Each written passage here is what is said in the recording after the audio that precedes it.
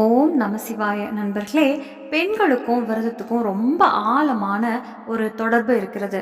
நம்ம இந்து சமயத்தில் கிட்டத்தட்ட எல்லா குடும்பங்கள்லேயும் ஒரு பெண் அல்லது ஒரு கன்னி கண்டிப்பாக ஒரு விரதம் வச்சுருப்பாங்க. ஒவ்வொரு பெண்ணுக்கும் மிருத்திகுவாருக்கு ரொம்ப நம்பிக்கை வச்சுருப்பாங்க. அவங்களோட பக்தியும் ரொம்ப ஆழமாக இருக்கும். இந்த உலகத்தில் உள்ள எல்லா பெண்களும் தங்களோட குடும்பத்துக்காகவும் கணவருக்காகவும் எதையும் தியாகம் செய்ய தயார். அவங்க ஒரு விரதம் வச்சா அதை முழு பக்தியோட முழு மனசோட செய்கிறாங்க. சில பெண்கள் அப்படித்தான் தங்கள் தலையை குனிஞ்சு இறைவனுக்கு முன் முழு சரணாகதி காட்டிடுவாங்க. பக்தி உணர்ச்சியோட விரதத்தை பூர்ணமாக செய்கிறாங்க. நாம் எந்த விரதத்தை ஆரம்பித்தாலும் அது இடைஞ்சலுக்கு இல்லாமல் முற்றிலும் நிறைவேறணும், வெற்றியாக முடிவடையணும் என்பது தான் நம்ம ஆசை. ஆனால் நம்ம எல்லாருக்கும் தெரிஞ்ச மாதிரி பெண்களிடம் மாதம் ஒரு முறை வரும் அந்த 5 நாட்களில் விரதம் வைக்க முடியாது, பூஜை செய்ய முடியாது. இங்கே வரைக்கும் மரங்களுக்கும் கூட தண்ணீர் ஊற்ற முடியாது.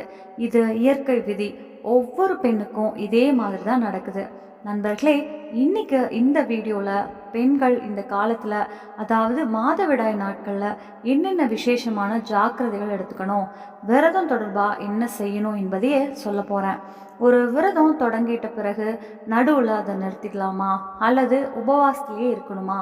ஒரு விரதம் அல்லது திருநாள் நடுவில் வரும்போது நமக்கு பீரியட்ஸ் வந்துட்டா என்ன செய்யணும்? ஒரு புதிய விரதம் தொடங்குற நாள்லேயே பீரியட்ஸ் வந்துட்டா என்ன செய்யறது? ஒரு மாதம் முழுக்க நீளம் விரதம் இருந்தால், உதாரணத்துக்கு ஆடி மாத விரதம், ஆடி மாத விரதம் ரொம்ப பெண்கள் வைக்கிறாங்க. இந்த நேரத்தில் அவங்களுக்கு பீரியட்ஸ் வந்துட்டால் என்ன செய்யணும்? இது கண்டினியூட்டியோடு செய்ய வேண்டிய விரதம். அதை எப்படி பூர்த்தி செய்வது? ரொம்ப விரதங்கள் இருக்குது. ஜஸ்ட்டு மாலை நேரத்தில் பூஜை செய்யணும். நீங்கள் பூஜையை ஆரம்பிச்சிட்ட பின்னாடி பீரியட்ஸ் வந்துட்டால் என்ன செய்யணும்? பீரியட்ஸ் முடிந்த பிறகு பூஜையை எப்போ மீண்டும் தொடங்கணும்? எப்போ சுத்தம் ஆகுனீங்கன்னு கருதப்படும்? பூஜை செய்யக்கூடிய நிலை எப்போ வரும்? இப்படி ரொம்ப முக்கியமான விஷயங்கள் இருக்குது, எல்லாருக்கும் தெரிஞ்சுக்கணும். அதனால தான் இந்த வீடியோ ரொம்ப ஸ்பெஷல். சில பெண்கள் வீடியோவை நடுவுலையே விட்டுட்டு போயிடுறாங்க. ஆனால் அப்படி நடுவில் விட்டுட்டு போகிற அறிவு தான் பின்னாடி பாதகம் தரும். அரை அறிவு எப்போதும் ஆபத்தானது. அரை அறிவு உங்களை பாபத்துக்கும் காரணமாக்கிடும். அதனால் அறிவை பாதியிலே விட்டுட்டு போகாதீங்க. இன்னைக்கு வீடியோ ரொம்ப அழகாக இருக்கும். ஒரு லைக் கொடுங்க, நம்ம சேனலையும் சப்ஸ்கிரைப் பண்ணுங்கள். நீங்கள் சிவபெருமானோட அருளை வாழ்க்கையில் பெறணும்னு நினைக்கிறீங்கன்னா கமெண்ட் பாக்ஸில் உண்மையோடு எழுதுங்க. ஹரஹர மகாதேவ், ஓம் நம சிவாய. நண்பர்களே, ஆடியின் இந்த புனிதமான மாதத்தில் ரொம்ப பெண்கள் விரதம் வைக்கிறாங்க. அது மங்கள கௌரி விரதம் ஆனாலும் சரி, ஆடி திங்கள் விரதம் ஆனாலும் சரி, இல்லை 16 திங்கள் விரதம் பெண்கள் வைக்க ஆரம்பிப்பாங்க. கன்னி பெண்களும் கூட இதை ஆரம்பிப்பாங்க. நாம் வெளியே பார்க்குற விரதம் எளிமைன்னு நினைக்கிறோம்.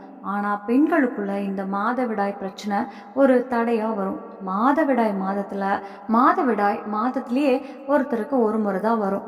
ஆனால் ஒரு மாதம் முழுக்க நீளம் விரதம் வச்சுருந்தா அல்லது தொடர்ச்சி வேண்டிய பெரிய விரதம் வச்சுருந்தா நடுவில் இந்த பிரச்சனை வந்தே தீரும்.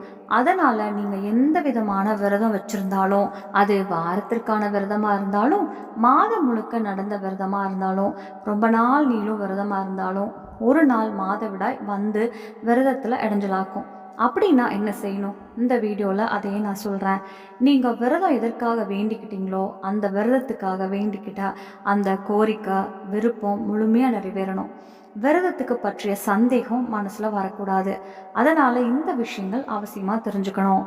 முதல்ல நீங்கள் ஒரு விரதம் ஆரம்பிச்சிட்டிங்கன்னா, எடுத்துக்காட்டுக்கு காலையில் நீங்கள் ஆடி திங்கள் விரதம் ஆரம்பிச்சிருக்கீங்கன்னு வைங்க. பூஜை பண்ணிட்டதுக்கு பிறகு உங்களுக்கு பீரியட்ஸ் வந்துருச்சுன்னா என்ன செய்யணும்? அந்த நாளில் நீங்கள் உபவாசத்திலே இருக்கணும். மாலை பூஜை மட்டும் செய்யக்கூடாது. அந்த நாள் விரதம் முற்றிலும் நடந்ததாக கருதப்படும். ஏன்னா நீங்கள் காலையிலேயே சங்கேதம் எடுத்துக்கிட்டு விரதத்தை ஆரம்பிச்சிருப்பீங்க. அதே மாதிரி 16 திங்கள் விரதமாக இருந்தால் நடுவில் பீரியட்ஸ் வந்தாலும் அதை கைவிடக்கூடாது. அது தொடர்ச்சி வேண்டிய விரதம். 16 திங்கள் முடியும் வர இடைவேளை வைக்கக்கூடாது. பீரியட்ஸ் வந்தாலும் உபவாசத்தில் இருக்கணும். பூஜை செய்யக்கூடாத நிலை என்றாலே விரதம் முடிஞ்சிடுச்சு அப்படின்னு இல்லை. நீங்கள் திருமணமான பெண் என்றால் உங்கள் கணவர் பூஜையை செய்யலாங்கிறது பரவாயில்ல. இல்லை பெரிய பிள்ளை இருந்தால் அவங்களும் பூஜையை செய்யலாம். நீங்கள் அந்த பூஜையில் நேரடியாக கலந்து கொள்ளக்கூடாது. ஆனால் உபவாசத்தை மட்டும் தொடர வேண்டும். இதற்கு பெயர் மனசுக்குள்ளேயே செய்யும் மானசீக பூஜை. இதுக்கு பின்னாடி ஒரு கதை இருக்கும். அதை அடுத்த வீடியோவில் சொல்கிறோம். அதனால பீரியட்ஸ் வரும் நாட்களில் நீங்கள் பூஜை செய்ய முடியாத நேரத்துலையும் விரதத்தை தொடரலாம். அந்த விரதம் தடைப்பட்டுச்சா கருத மாட்டாங்க. நீங்கள் எடுத்த மனக்கோரிக்கை, மன ஆசை, மனதில் வச்சிருக்கிற முக்கிய விருப்பம் முழு பலமும் கிடைக்கும். ஆடி மாதம் முழு விரதமும் இதே மாதிரி. ரொம்ப பெண்கள் ஒரு மாதம் முழுக்க விரதம் வைப்பாங்க. நடுவில் பீரியட்ஸ் வந்தாலும் விரதம் கைவிடுற மாதிரி செய்யக்கூடாது. பல பெண்கள் பழைய காலத்திலிருந்து இன்னைக்கு வரைக்கும் பல நாட்கள் பழம், பால், எளிய உணவு மட்டும் சாப்பிட்டு கொண்டு தினமும் சிவபெருமானையும் பார்வதியையும் முருகர் அல்லது இஷ்ட தெய்வத்தையும் மனமாற வழிபட்டுட்டு வராங்க. இப்படி நடுவுலையே அவங்களுக்கு மாதவிடாய் ஆரம்பிச்சிச்சா என்ன செய்யணும்? இந்த 5 நாட்கள் பற்றியும் ரொம்ப பரவலான விவாதங்களும் கருத்துக்களும் இருக்குது. இந்த 5 நாட்களில் நாம் சுத்தமாக இருக்கிறோமா இல்லை அசுத்தமா? இந்த கேள்வி பலருக்கும் வரும். சிலர் 5 நாட்கள் சொல்லுவாங்க, சிலர் 6 நாட்கள், சிலர் 7 நாட்கள்னு சொல்லுவாங்க. இந்த விஷயத்தையும் நான் இங்கே விளக்குறேன். முதல் விஷயம் என்னன்னா, உங்களுக்கு பீரியட்ஸ் இருக்கும் நாட்களில் கோவிலுக்கு போகக்கூடாது, வீட்டிலேயே பூஜை செய்யக்கூடாது, எந்த தெய்வத்தின் சிலையையும் தொடக்கூடாது. ஆனால் கவலைப்பட வேண்டாம், நீங்கள் உபவாசத்திலேயே இருக்கணும். மனசுக்குள்ள செய்யும் மானசீக விரதத்தில் இருக்கணும். நீங்கள் உபவாசத்திலே இருக்கணும், மனசுக்குள்ள செய்யும் மானசீக விரதத்தில் இருக்கணும். நீங்கள் மனசுலேயே சிவபெருமானையும் அம்மன் பார்வதியையும் நினச்சிக்கிட்டே இருந்தால் போதும். இந்த மாதிரி விரதம் செஞ்சாலும் அது முற்றிலும் நடந்ததாகவே கருதப்படும். விரதம் தடைப்பட்டது அப்படின்னு கிடையாது.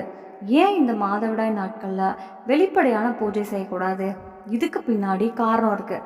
மாதவிடாய் காலத்தில் உடலில் உள்ள ரத்தம் வெளியேறும்போது உடல் சோர்வாகவும் பலவீனமாகவும் ஆகுது. ஆடையும் கலங்கமாக ஆகும். நாம் சகஜமாகவே சுத்தமான ஆடையில் தான் பூஜை பண்ணுவோம் இல்லையா? அதனால் இந்த நாட்களில் உடல்நிலையும் ஆடையும் சுத்தமில்லாத நேரத்தில் கோவில் போகாமல் பூஜை செய்யாமல் இருக்க சொல்கிறாங்க. இந்த காலத்தில் யாருடைய வீட்டுக்கும் போகக்கூடாது. இது அந்த வீட்டுக்கு துர்பலன் தரும் என நம்பிக்கை இருக்கு. நீங்கள் அப்படி போயிட்டீங்கன்னா அந்த வீட்டின் ஆன்மீக துடைப்பும் குறையலாம் என்பாங்க. இப்போ காலம் மாறி மக்கள் இந்த விஷயங்களை லேசாக எடுத்துக்கிறாங்க.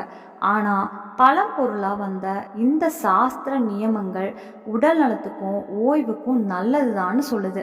நவராத்திரியில் 9 நாட்கள் விரதம் வைப்பது வழக்கம். இந்த நடுவில் உங்களுக்கு பீரியட்ஸ் வந்துட்டா விரதத்தை நிறுத்தக்கூடாது. விரதம் கைவிட்டுட்டீங்கன்னா அது பாவமாகும் என்ற நம்பிக்கை இருக்கிறது. இந்த நாட்களில் நீங்கள் மானசீக பூஜை செய்தாலே போதும். வெளிப்படையான பூஜை செய்யாமல் இருப்பது சரிதான். மானசீக பூஜைக்கு பலன் குறையாது, அதுக்கும் ஒரு பெரிய பலமே இருக்கும். சில சமயம் அதுக்கே ரெட்டிப்பு பலன் கிடைக்கும். ஏன்னா அது அம்மனின் வழிபாடு. அம்மன் பூஜை எப்பவும் மிக சிறந்தது. நம்மளை உண்மையான பக்தியோட மனசுக்குள்ள வழிபடுறவங்களுக்கு சிவபெருமானும் அம்மனும் விரைவாக அருள் கொடுப்பாங்கன்னு சாஸ்திரம் சொல்லுது. பீரியட்ஸ் முடிவதற்கான நிலை. உங்களுக்கு பீரியட்ஸ் 5ஆம் நாளில் முடிஞ்சா அந்த நாளே நீங்கள் குளிக்கலாம். 6ஆம் நாள் முதல் பூஜையை சின்ன சின்ன செயல்கள் செய்யலாம். 7ஆம் நாள் முதல்ல தெய்வ சிலையை தொடலாம், கோவிலுக்கு போகலாம், மரங்களுக்கு தண்ணீர் ஊற்றலாம். பீரியட்ஸ் இருக்கும் நாட்களில் மரங்களுக்கு தண்ணீர் ஊற்றக்கூடாது, அது செடியை வாட்டும் என நம்பிக்கை. ஊறுகாயை தொடக்கூடாது, அது கெட்டு போயிருமேன்னு சொல்லுவாங்க. இந்த நாட்களில் உடல்நலம் உள்ள பாதிக்கப்படலாம் என்பாங்க.